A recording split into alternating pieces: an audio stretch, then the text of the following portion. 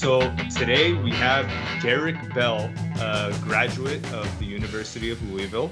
He's been covering the Steelers since 2019, and he provides articles for All Steelers. And prior to that, he was a contributor for Steel City Blitz. Derrick's Twitter handle is Steelers_DB.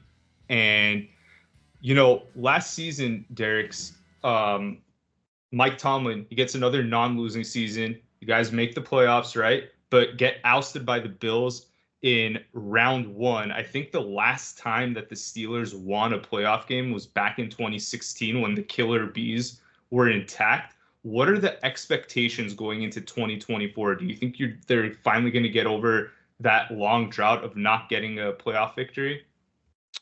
Yeah, I mean, I think early in the offseason, I guess shortly after that wild card loss to the Bills, Art Rooney was doing an interview and he talked about, he was really tired of, no playoff win stuff. Like he was ready to advance in the playoffs again, get back to, what they were accustomed to for, quite a while. So I think you kind of saw some of that. I'll call it like a little bit of urgency in the offseason. They made some significant changes, overhauling the quarterback room really from scratch. I mean, they all three quarterbacks they had on the roster last year are now in different places. They signed Russell Wilson for the vet man, and then they go out and they trade for Justin Fields.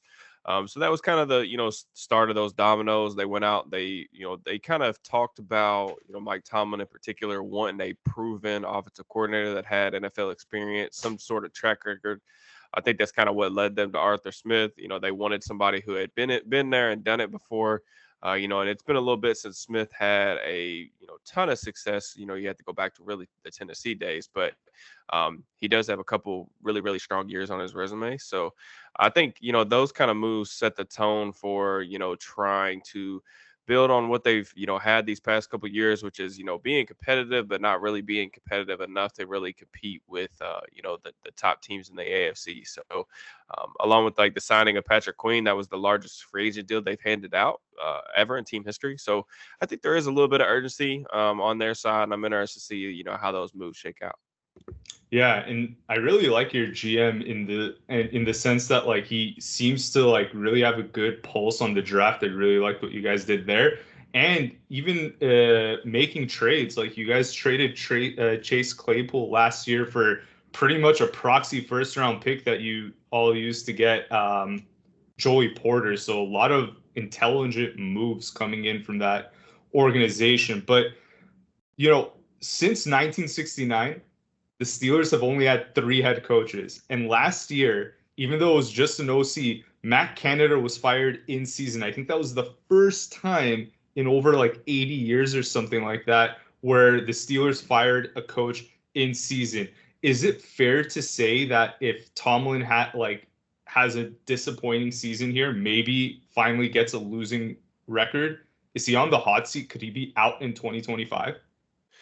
Yeah, I mean, for me, the Steelers' job in itself is really, I mean, it's the best job security in the world. I think that, Tomlin has such a good reputation, not just around the building, but I feel like around the league that it would take a little bit longer, in my opinion, for him to really truly be on the quote unquote hot seat.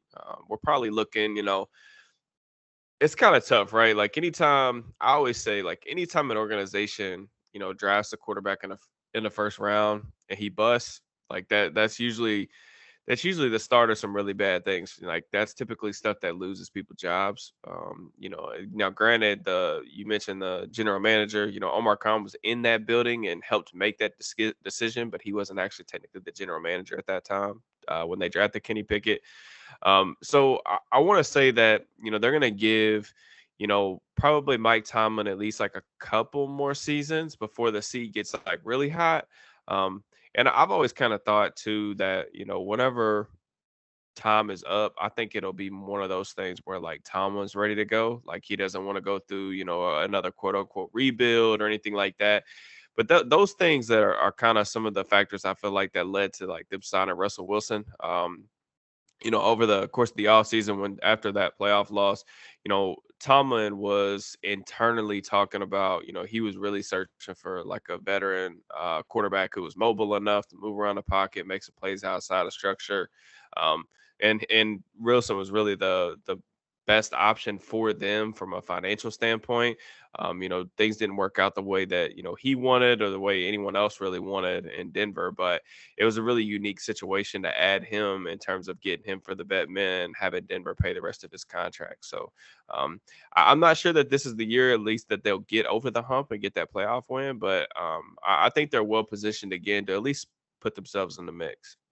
Yeah, especially in the AFC where things are so tough. But I Yep. want to circle back to Arthur Smith. And full disclosure, I'm an Atlanta Falcons fan. So if you think that I'm speaking too negatively, just call me out on this. But I'm actually going Yeah. to spin this in a positive way.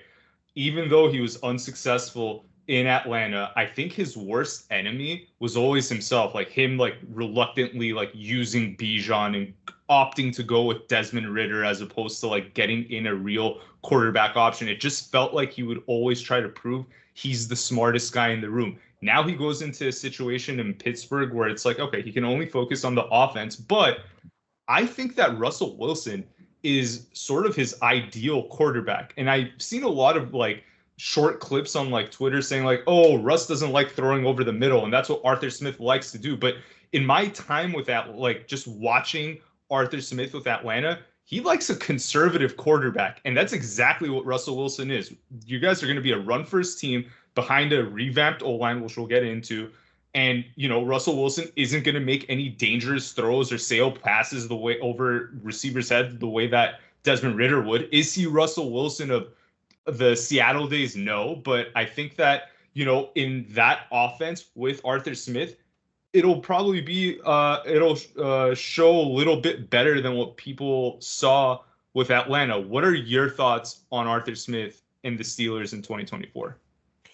Yeah, I mean, it's been cool for me because, I've really enjoyed getting to like learn a completely new offense, just really studying his stuff, particularly with Atlanta, but really dating back to Tennessee as well. I mean, you mentioned the quarterback situation in Atlanta. I mean, it's hard to it's sometimes hard to parse through for a lot of people in terms of like what's on the offensive coordinator, what's on the quarterback, why things didn't work out personnel wise. You even mentioned like the Desmond Ritter thing. You know, it's difficult to know like how much say a head coach, especially a new head coach, a first time head coach, is going to have in personnel. So how much of how much say did he even have in terms of drafting Ritter, sticking with him, and I mean, there's so many like questions I feel like that we may never truly get 100% of the answer. And I also feel like the way that Arthur Smith kind of carried himself, I want to say, like in the public eye, in terms of like when he would do post game interviews or he would get asked about, the usage, particularly as it relates to like fantasy football numbers or anything like that. Some of those answers I think just rub people the wrong way. And that's just some of that may be his personality, but also some of that I think comes to this is his first time really being in this type of role where he's in this like CEO type of role and has to answer these questions all like every single week. And I just don't think he handled like that pressure extremely well, at least from my perspective. But in terms of like Russ, like you mentioned, the run game, Steelers going to be really run heavy. It's going to be a lot of heavy personnel. It's going to be 12, 13 personnel. They got two pretty solid tight ends and Pat Fryermuth, Darnell Washington. It's going to be really outside zone. Like you look at the numbers, they've been the number one zone rushing team from a usage standpoint the last, I think, 2 or 3 years. He's always like heavy zone scheme. They run everything off that outside zones, the nakeds, the bootlegs. And then in terms of the passing game, really the way that I've kind of described it all season is like they want to get the efficiency numbers from the run game. They want to get the, aggressive, the shot plays, the explosives, from the pass game off the play action and stuff. And that's something that Russ has always done really well. He's been, I mean, even Justin too, from a different standpoint, they've both been extremely, gifted deep ball throwers really their entire times in the league. And, you get those guys off the play action shot plays and, you got a pretty talented deep threat in George Pickens. So I don't know that Russ is necessarily the quote unquote ideal quarterback, at least for me, just because I think of, some of the stuff that Russ doesn't do, it gives me a little bit of concern. But at the same time, like I think there's enough that the pros will hopefully, outweigh the cons to where they can get baseline quarterback play. I don't think anyone should be going into 2024 expecting Russell Wilson to just kind of revert to what he was in his prime in Seattle. But this will definitely be a good test to see if they can at least get a productive offense. Yeah, and I think both for Russ and Arthur Smith, like Russ is coming from like a pretty big shit show in Denver, going into a more stable organization with the Sure. Steelers, and now he's going to be protected by the run-heavy offense. But also on the flip side, you guys have a pretty damn good defense as well. So I mean, that's going to like the way that the defense plays also influences the offensive play calling, the way that the offense is going to function. I feel like that like an Arthur Smith offense really depends on good defensive play as well, so that he could like dip in, like he could sort of rely on that conservative play calling. I can remember one game where the Falcons played against the Browns. I think this was 2 years ago, where I think in the fourth quarter he didn't call a single pass play, and I think like for a stretch he had 14 straight runs, and it went all the like they scored on that drive where they had that like 12 or 13 straight runs. Like he loves to run the ball. And I love what you guys did in the draft, getting Fitanu, getting Frazier, right? And now you obviously have two running backs that you can play with. What I wanted to ask you though is, do you see a timeshare between Harris and Jaylen Warren again this year, or can you see one running back running away with the backfield? Yeah, so I mean, I think for me, it's going to depend on like what that timeshare looks like, but I do think we'll see something probably pretty similar to what we saw last year. You know, Najee's probably gonna be like the 1A guy, at least to start the season. And then Warren's kind of going to be the 1B. You know, he's going to get the third down work, the passing situation work. You mentioned just like that's kind of the weakness and Arthur Smith's scheme is like the pure drop back game. Like he talks a lot about, if you go back over the years, in terms of like protecting the offensive line from being in too many true passing situations, to where those guys actually had to take those vertical sets against really talented pass rushers. They usually don't build the offensive line like that. They want to try to avoid getting in those situations, and when they do, like his stuff in terms of from a schematic standpoint really isn't all that creative, in my opinion. That's probably the weakness of it. But you mentioned the run game. Like I think it's interesting, right? They don't have really anybody signed on a second contract on the offensive side of the ball beyond like this year. Like if you look at just the across the board, they got a bunch of young guys on rookie deals. Najee Harris, they declined his fifth-year option. This could be the last year of his rookie contract. Jaylen Warren's also a restricted free agent after this year. They haven't had any contract talks with him either. And then, even some other guys that are up for potential extensions. Like they haven't started. They've already told James Daniels, the right guard that they signed a couple years ago from Chicago. They've already told him like they're not going to do a new deal with him this offseason. The guard market's kind of exploded. So I think what I'm trying to say is I think they'll probably want to see like how all these pieces adjust to like such a dramatic scheme shift. I mean, Pittsburgh obviously wanted to run the ball, wanted to protect the quarterback, protect their defense, play those low scoring games with Matt Canada as well. But their run game was a lot more like power, like a lot more gap heavy. I mean, everybody runs outside zone, but they really like to utilize pullers, use a lot of dart, counter stuff in terms of change ups, and Art's really different in terms of like he wants to play like he doesn't pull a lot of offensive linemen. So marrying those two schemes in terms of like trying to fit what's really worked for Jaylen and Najee in the past is going to be really interesting to see how he incorporates a more diverse run game. But also, like I think it may be one of those things over the course of the season where it's like they're going to play the hot hand one week to another. But also, if like one of these guys just looks dramatically different or dramatically better in a in the zone, in the outside zone stuff, they're probably going to get more playing time because that's what the meat and potatoes of this offense is. Yeah, and maybe even Cordero Patterson's going to get sprinkled in there as that third Hmm. running back option too. I know Arthur Smith loved using him in Atlanta, but really I see CP Flash being a explosive kick returner for you guys, especially under these new kickoff rules. So I'm really excited to see what he does on your special teams. Let's move to the quarterback room. You guys overhauled it. Obviously, Mason Rudolph and Kenny Pickett both out. You get Russell Wilson on a vet min, another great move by Khan, in my opinion. Like Broncos are covering what like close to $40 million of his salary in 2024, and you get him for $1 million. Like, I mean, you can say what you want about Russell Wilson, but I would love to have him on our team for just $1 million and just soup up everything else.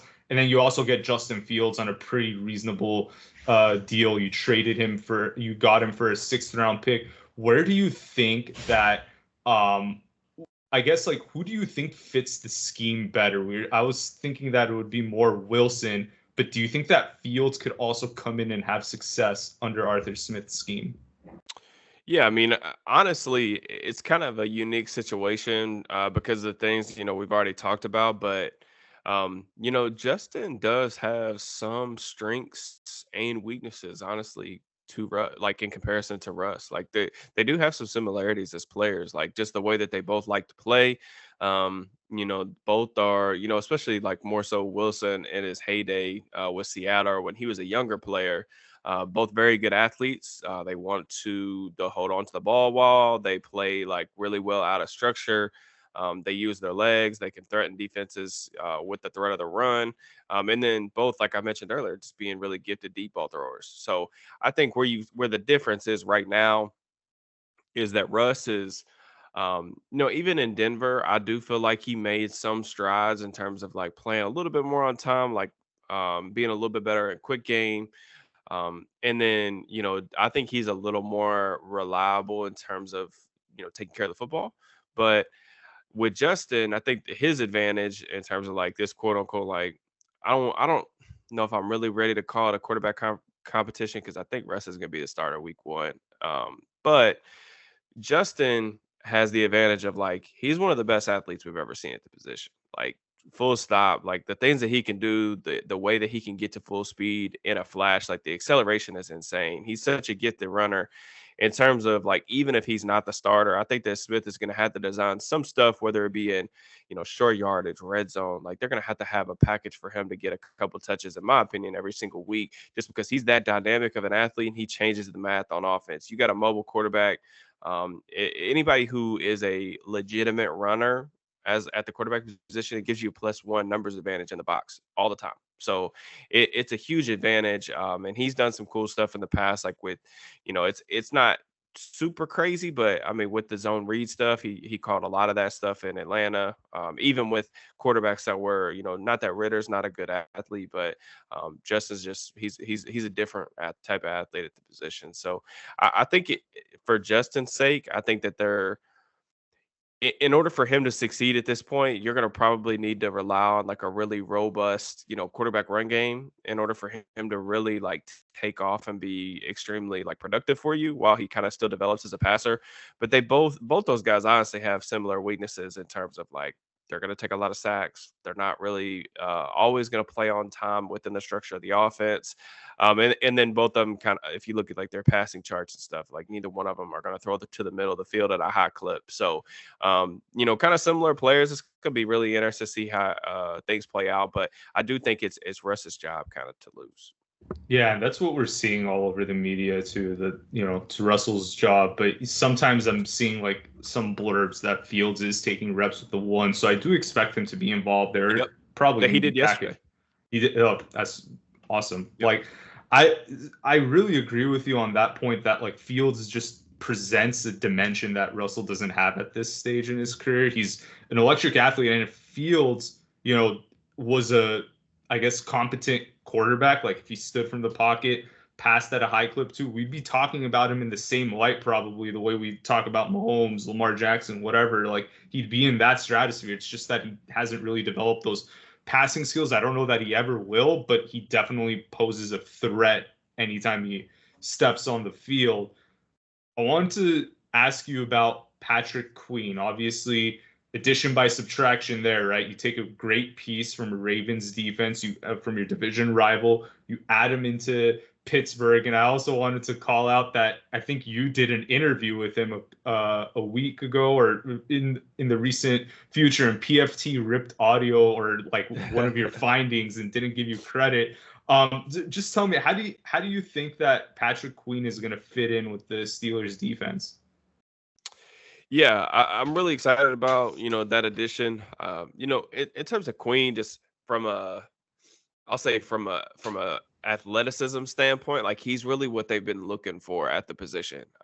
They had issues last year, especially in the back seven with speed. It was a major issue all season. They had a bunch of guys in the back seven that just quite honestly just couldn't run.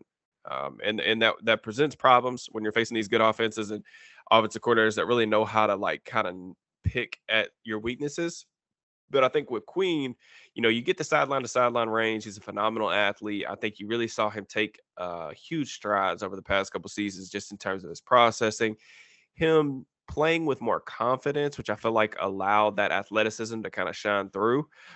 Really gifted blitzer, good team player in terms of like, they asked him to pick guys on stunts. He'll do it at a high level. He's a good teammate. You just listen to the dude talk, and I think you could feel that he's a guy who wanted to be in Pittsburgh, and I think that that's pretty cool. Especially from a fan perspective.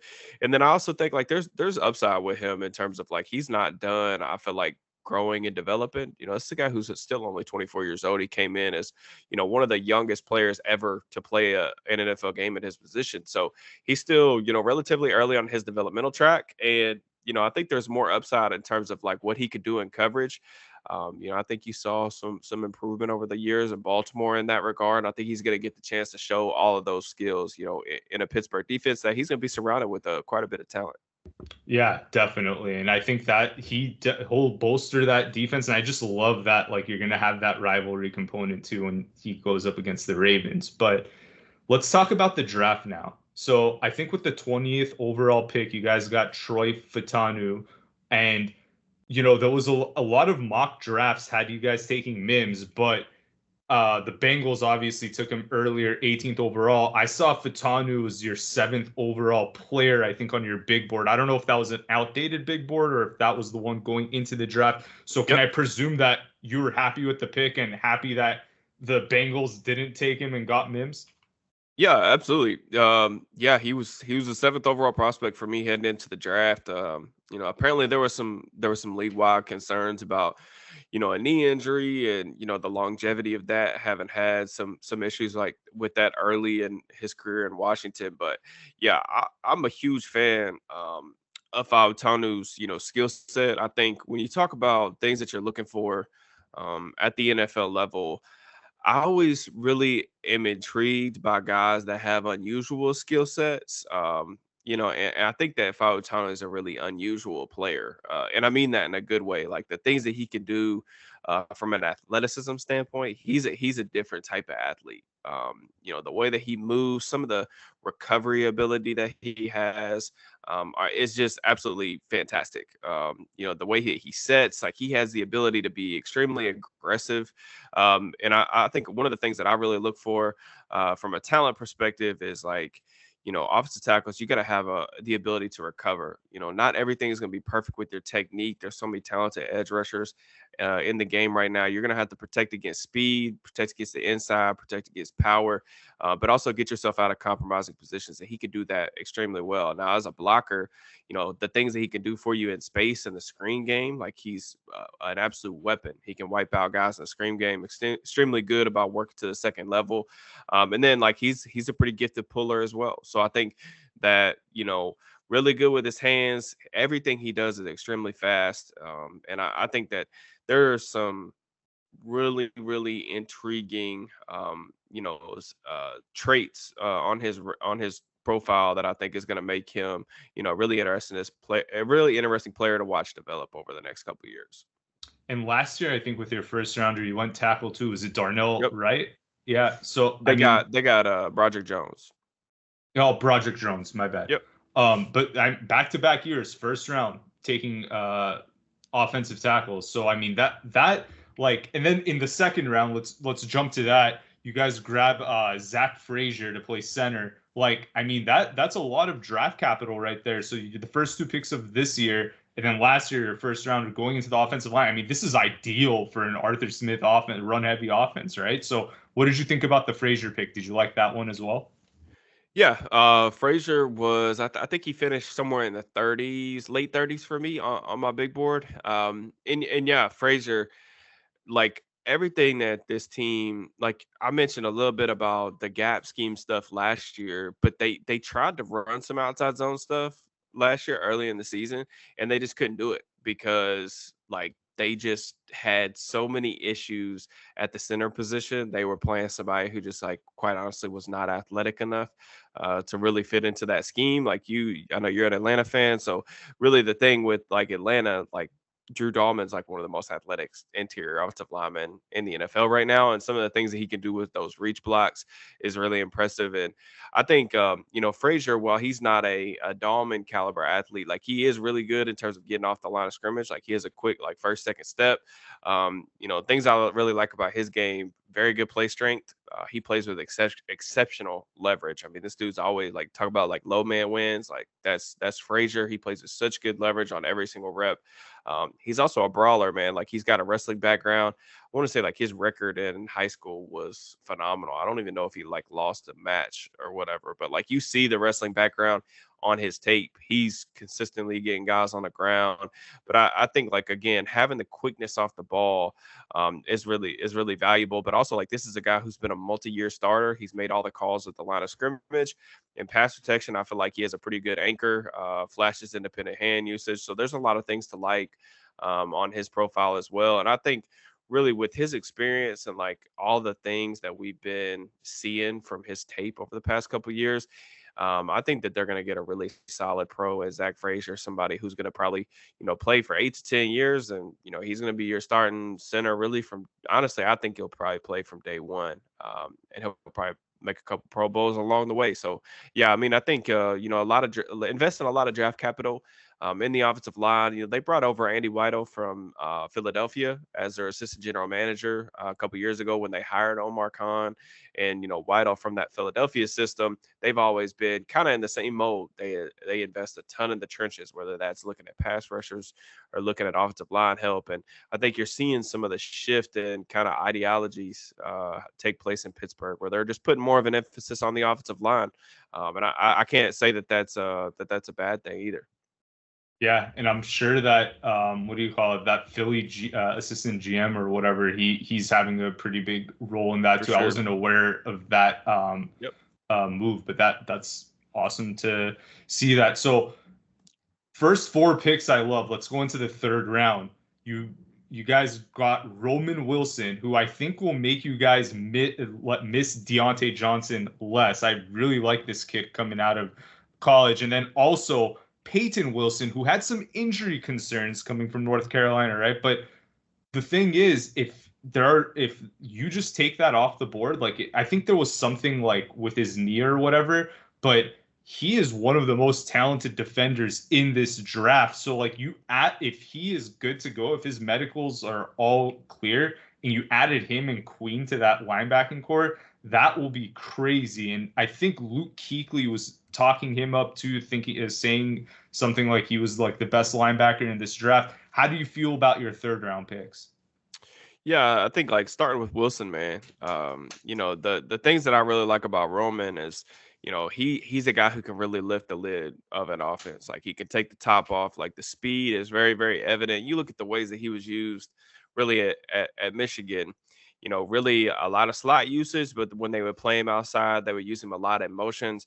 Like you look at his route tree and where his explosive plays came from. This dude ran deep over high crossing routes all the time. And like you look at, Arthur Smith's offense on tape, like that's really where he wants to play. Like we mentioned the play action stuff off the wide zone, really good at way to take advantage of those second level defenders, kind of running those crossing routes behind them. And that's what Roman does at extremely high level, like the speed, very, very evident to stretch the field vertically, create those explosive plays. So I think the question with Roman will be, he's a smaller guy, but he plays bigger.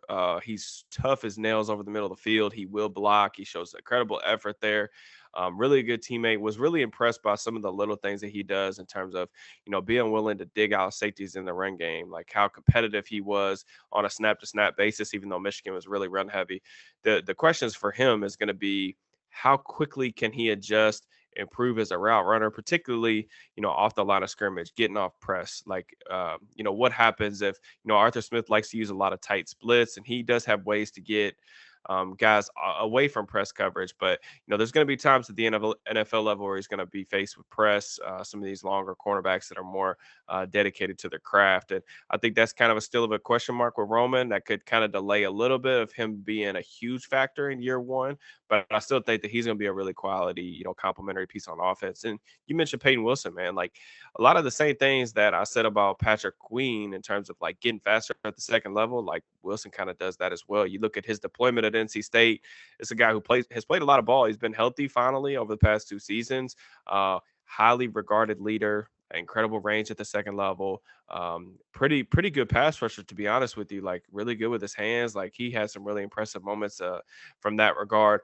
Plays with an incredibly high motor. Like runner plays down from behind. Definitely a signature of things that the Steelers typically look for in their defensive players. So yeah, I mean, I think both those picks, made a lot of sense. They were pretty much right in line with like the value. To where I had those guys graded as well. So I thought that those were pretty solid selections. Yeah, I mean, if I'm just looking at the draft and we're looking at like the top 100 picks, what everyone did, I think that you guys, if you're not the top, team with just the top 100 picks, you're at least like top 2 or 3. I'm not sure what the mainstream media, who they're crowning as the winners of the draft, but you got the Steelers are definitely up there for me. So I'm excited to see. I think all 4 of them could potentially be. I mean, I don't know about Wilson if he's gonna be ready to go right away. I don't know if he'll have any issues in camp or whatever. I think he's healthy. It's just that there's something in his knee that could potentially. He doesn't have an ACL. Is that okay? That's what it was. Yeah, I thought it was crazy, something funky like that. Yeah. That I think that's the first time I've heard of a linebacker playing without an ACL. But yeah, we'll see what he does. But let's transition to your schedule in 2024. And I think it's a tale of like 2 halves. So the first 9 games, the Steelers don't play any playoff. I think they only play 1 playoff team, actually. Let me take that back. In the first 9 games. And I don't recall who that team was. I think it was the Cowboys. The last 8 games, though, is your entire divisional slate, right? So Bengals, Browns, Ravens, KC, and the Eagles. I mean, that is no, your divisional games are dogfights. So those are always going to be. I don't care if the Bengals don't have Burrow. I don't care if the Browns are, down to their 4th string quarterback. Whatever happens, those games are going to be gruesome. And then you get the Eagles and Chiefs, and they're far from cakewalk. So what are you thinking here? Do you think that they're going to get off to a fast start and then maybe cool down? How do you see this playing out? Yeah, I mean, so Tomlin's teams typically peak later in the season in terms of like later in the regular season. We haven't seen them have, the playoff success that, everybody, kind of around the Steelers that, is really searching for. But, they've made some really impressive runs down the second half of the season. That's going to be more difficult this year because the reasons you mentioned. It's definitely a unique schedule. I can't remember a time ever where, a team didn't play like a divisional game until, what is it, like week 10 beyond. I It's think they don't play a ridiculous. division. Yeah, I mean, it's definitely unique in that regard. If you're looking for a positive spin, it's probably that, like you mentioned, the first half of the schedule is lighter on paper. In that could be good, right? Because you're working in a brand new quarterback room. You're working in, they got all these young offensive linemen. They're gonna hopefully, Tanu gets a chance to start early on. I do think that he's capable of playing as a rookie, even though traditionally rookie tackles do struggle. But you're gonna probably have a rookie center, gonna have a lot of these like moving pieces in addition to you're implementing a brand new offense that's very schematically different from what they ran last year. So there's going to be a lot of moving pieces, and it's going to be difficult to like get everybody on the same page. So having a weaker schedule on paper at the start of the season could actually work out in their benefit. That way you can get kind of the wrinkles worked out. Hopefully you have an established identity heading into the home stretch. Now down the stretch, they're going to need to be playing their best ball. The AFC North is going to be crazy competitive once again. All 3 teams, like you mentioned, they're just dogfights. There's something different about like AFC North ball. That's what Mike Tomlin talks about all the time. Baltimore, I still feel like they're one of the best teams in the AFC. Cincinnati's going to get Joe Burrow back. They got some questions they got to answer on defense as well. But, Cleveland's roster, like maybe top to bottom, like one of the top 5 rosters in the entire league as well. If they get competent quarterback play out of Deshaun Watson, we're probably having a lot of the same conversations we're having about the Steelers in terms of a optimistic view. And they've they've played Mahomes several times since like he broke into the league, and like he's absolutely thrashed them. I want to say like I think it's like 14 touchdowns, 1 interception. Like he's destroyed them. So that that's a Christmas Day game. That's definitely going to be something that a lot of people are watching. But they're gonna have some huge tests. But I mean, I do think that if they could get off to a reasonable start and then kind of hold their ground down the stretch of the season, I think it will position them where like they're going to be extremely battle tested, going into the playoffs. So maybe that helps them get over the hump. And in the later part of the schedule, when the weather starts getting cold, it's actually going to play into an Arthur Smith style offense, right? Where you guys are going to be even more run heavy than you would in the first 9 games. So, I mean that part I think I'm excited about. But again, like I think your division was the first division to have everybody with a winning record since like 1935. Last year, everybody had a winning record in the AFC North, and I mean everyone's like optimist. There's an optimistic outlook on every single team in that division going into next year. So it's entirely possible that everyone finishes with a winning record again. I mean, it's hard. It's easier said than done, but there's just a lot of great teams and tough opponents there. So yeah, I mean, I playing in the NFC South, the Falcons, and just being used to that. Like, I mean, they're probably in the worst division in football. So can't imagine what it's like going up against those teams 6 times in a year. Yeah, it's like I mean, there's just a certain brand of football that the AFC North's kind of just associated with. That's smash mouth downhill. It's gonna be physical. I talked to Patrick Queen about that, like the difference and like just even how like Baltimore views the Steelers Ravens game, and he was talking about as soon as the week prior, like the game's over, like there's no celebrating. It's just like it's immediately to business. Like there's a different feel in the locker room, and I really feel like it's like that on the Steelers side too, in terms of you know what this is going to be. It's going to be extremely physical. You better buckle up, and be ready for that. And it creates good television, even if they're low scoring. I do feel like it's just different seeing some of these rivalries play out. But I'm excited, man, because I think that all these teams are really going to be pretty competitive. They return a lot of their key players, and it's going to make for some interesting matchups. So I want to ask you, before we wrap up, I want to ask you about a team within that division who I'm actually equally excited about, if not more. I know the Ravens lost Queen, right? So that's going to be a little downgrade for their D. But overall, and they lost McDonald too, who I think, he seems like he's one of the up and coming defensive minds in the league. So I think that's going to be a big loss. But where I think they might be better than last year is them getting Derrick Henry. Am I crazy to think that he's sort of their missing piece, the closer? If they had him in that AFC Championship game to run out or actually like control the game, because they got away from the running attack. And I don't know that you can say that, oh, they didn't have a running back like Henry. That's not what they ran. That's why they didn't run. It could have been the play calling too, coming from Monken, and it was. But now that I'm seeing like Henry back there being paired with a mobile quarterback, a great offensive line, I mean, it feels like the sky is the limit for that offense. Yeah, I think having watched so much Derrick Henry and like studying like some of the early Arthur Smith inception stuff it's definitely made me a little bit more uneasy about the fact that Baltimore's adding him. You mentioned, the offensive line. It is going to be interesting, in my opinion, on how all this stuff shakes out because, Henry's always been in these like really zone heavy schemes, like even coming from Tennessee, like they've always been extremely zone heavy. Baltimore's really been they've been pretty gap heavy. So I'm interested to see what that looks like. Him in a little bit different of an offense, like with more pullers, getting him really downhill.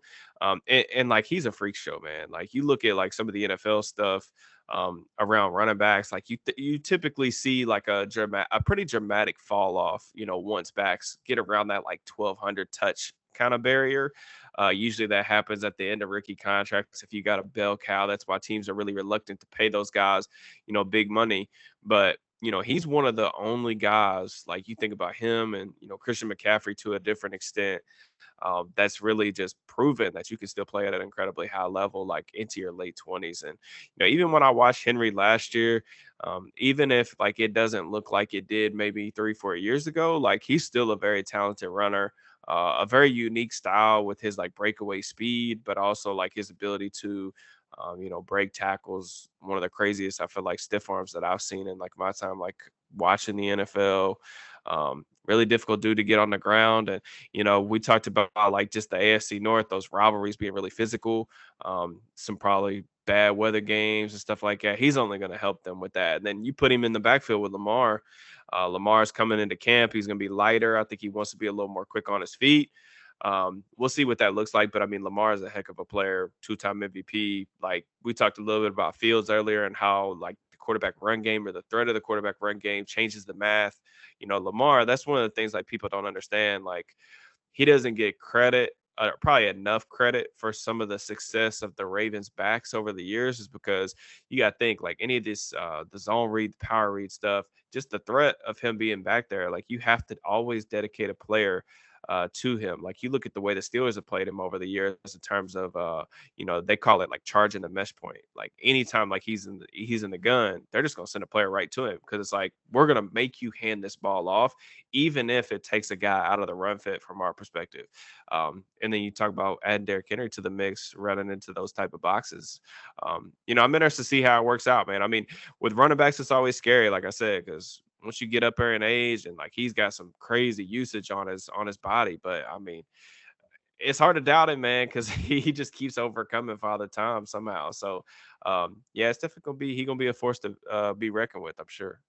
Yeah, and I feel like even last year isn't probably the best comp for him just because that offensive line in Tennessee was just gutted, man. I think in like the last like 4 weeks of the season, they were down to their like third and fourth stringers. So like that, I mean, that does no justice to his film as well. Now he goes into a better situation. His Yep. quarterback has the threat to run. I'm not saying that Henry's going to be like 2016, 2017, like pushing for the MVP. But I do think that he can give that Ravens team a Yep. big boost compared to what they had last year. So, sir, let's put all of this together.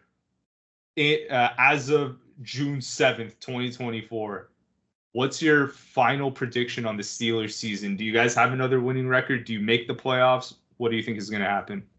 Yeah, it's kind of tough because like you look at the schedule, and no, I think if you asked every like fan of a team, and I feel like most people that even cover a team, it's really easy to say like, oh, like this team is better in areas X, Y, and Z, so that means that their record should be better.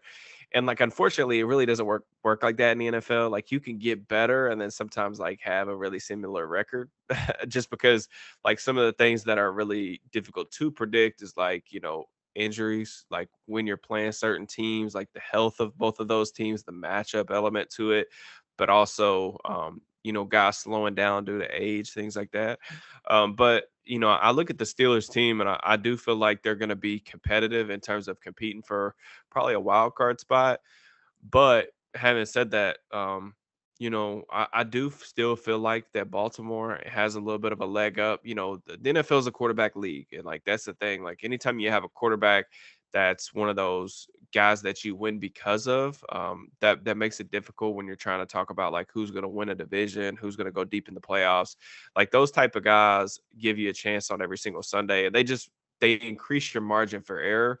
Whereas like if you've got guys that, like I said earlier with Justin and with Russell, like you're wanting baseline quarterback play, you're wanting solid quarterback play, guys that you can win with.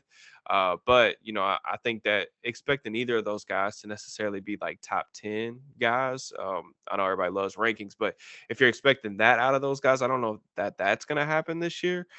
So I still kind of lean Baltimore in terms of being the favorite for the division. I think, you look at Vegas and things like that, that definitely reflects those things I just said as well. But I think that Pittsburgh is going to be really competitive in terms of pushing for a wild card spot. What's interesting is the Steelers, even though like their point differential is really ugly over the past couple of years, haven't still made the playoffs. They've been really good against the AFC North, man. So like honestly, like if you're looking for a way that the Steelers could get over this playoff drought, it's probably sneaking in as the wild card and then hopefully playing whoever wins the division because that's really who they match up best with just over the course of the seasons, the last several seasons. So it should be an interesting season no matter like how it plays out. Yeah, for sure. And then my final question before I let you go, your way too early Super Bowl matchup. Who's coming out of the NFC? Who's coming out of the AFC? And who wins? Man, that's tough. Man, well, I feel like I would almost be talking out of both sides of my mouth if I didn't say Kansas City because I just said it's a quarterback league, and I tell people all the time like I don't bet against Mahomes, man. He's a different cat. Definitely one of the most gifted players, like regardless of position that I've ever seen. So I like what Kansas City has. I still think on defensive side of the ball, like with Spagnuolo, the scheme that they got over there, a lot of their young players I feel like are really ascending. I know they lost L'Jarius Sneed. That's going to be a difficult thing for them to deal with, but I mean they've been really good about drafting corners and developing. So I mean I like what they've got from a talent perspective over there. And even on the opposite side of the ball, Rashee Rice has got some question marks, I feel like, about his availability, but it seems like he's probably still going to be there in some capacity, even if there is maybe some suspension there. They signed Hollywood Brown. I know that. Drafted Xavier Worthy. I mean, look, Mahomes going to make it all work. Even last year, I felt like, they weren't as like super efficient as they normally are through the regular season. But the thing, like, I feel like Mahomes and Kelsey really proved last year that they still have the ability to turn it on when it matters the most. And like I can't doubt him, Andy Reid. Like until it happens, man, until somebody knocks them off, man, they're gonna be the boss at the end of the last level. So I'll say Mahomes and the Chiefs coming out of the AFC. Out of the NFC, I feel like it's where it gets a little more difficult. I'll tell you what, just to avoid going with a rematch, I'll say Detroit. Um, I I love that. kind I'm kind of in between Detroit. I mean, I know they went to the NFC Championship game last year, so that's not like a crazy take. The team I really want to say is like I'm kind of bullish on the Packers just because like I love what I saw from Jordan Love down the stretch last year. I think he's one of the most fun players to watch. I think that he could be in for like if he could just sustain what he did down the stretch last year, like Green Bay is gonna be crazy. They're gonna get a new defensive coordinator that I feel like is gonna like hopefully get the most out of the talent they have over there. But I'm still leaning Detroit. They've got a lot of unusual players on offense. I'm on Ross St. Brown, like power slot. They got Laporta, who's basically another receiver. I'm also like I'm not really ready to quit Jameson Williams. Like I was super high on him coming out of the draft. I think he was a better route runner. And has the potential there with along with just like the different type of speed that he brings.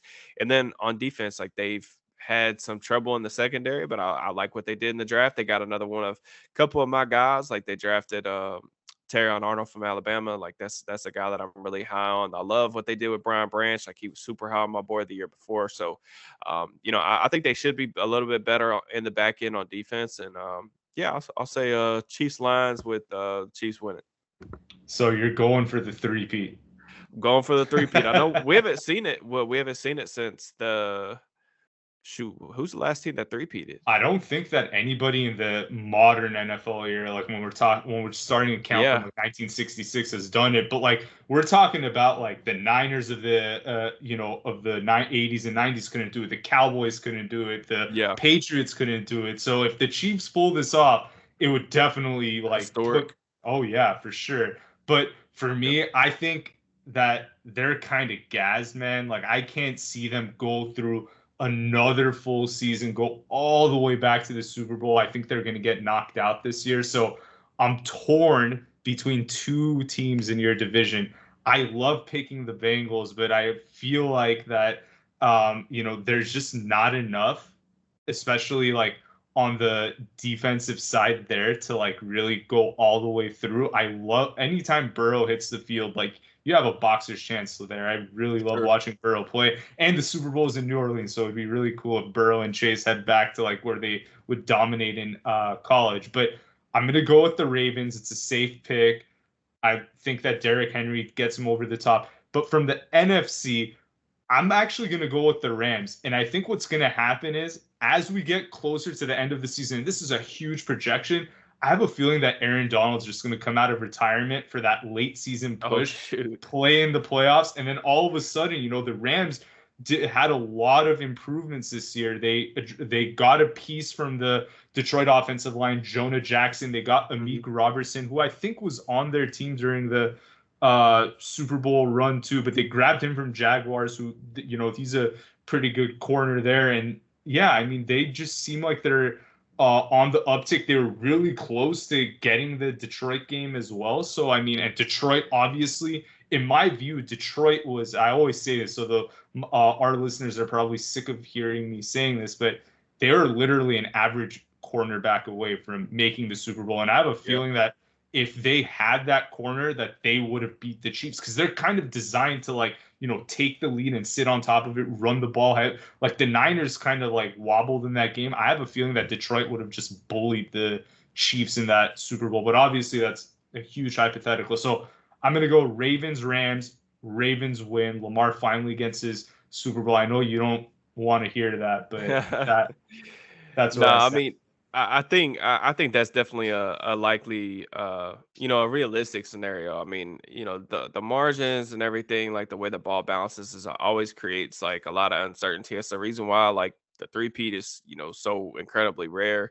So I do think Baltimore's talented enough to get there. Like I said, Lamar, he's just one of those dudes that, he's definitely a different type of playmaker. Always gives you a good chance. And I think that, with you mentioned like the Rams, like definitely one of the more intriguing storylines last year. Like they didn't have any expectations coming into the season. They far exceed that. They go to the playoffs.